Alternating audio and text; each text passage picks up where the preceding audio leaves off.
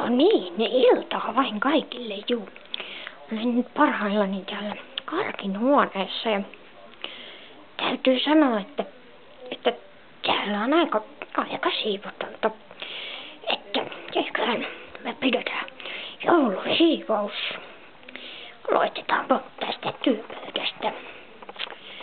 Katsokaapas, mitä täältä löytyy. Päiväkirjaa. Mielenkiintoista. Siinä on varmaan kaikkea jännittävää. Tuossa on hänen sellainen juttu, mitä hän kuuntelee. Aina hän ei kuuntele minua, vaan sitä. Tuossa on hänen ystävänsä lyyhitäytettynä. Tiedän, että hän on pöllinyt sen taas joltain. Rahaa. Ja ilmeisesti joku kynnen säilytysjuttu. Ja muutama pullo ediä. Tämä omistaja on hieman riippuvainen. Niin. Sitten katsotaan hieman täältä.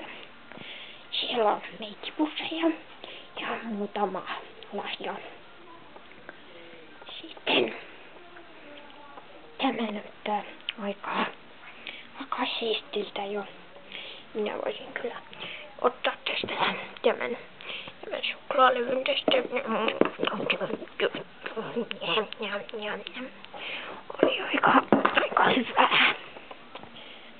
Sitten tämä lakan täytyy laittaa. Tämä on ihan sekaisin. Heitetään nämä tyynyt sinne pois tästä.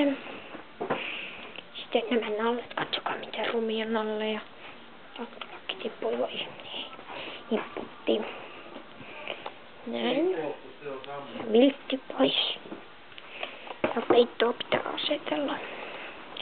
Siellä onkin hänen pyjama siellä on.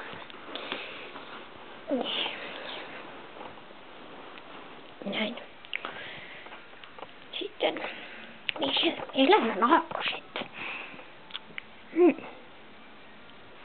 Siellä ei ole minun nimeä, missä on kynä. Tästä otetaan nämä punainen. Ja sitten järjestetään tänne. Sitten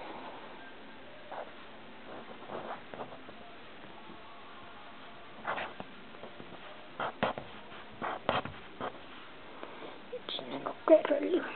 Aivan loistavaa. Sitten nämä huivit.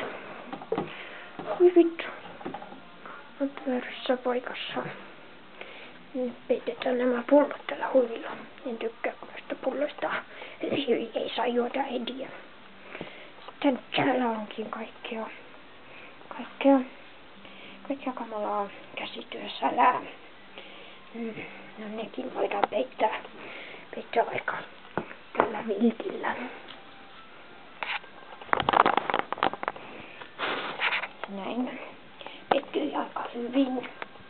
Ja sitten tämä näyttääkin aika hyvältä. Kyllä. Elikkä oikein hyvää joulua vaan kaikille.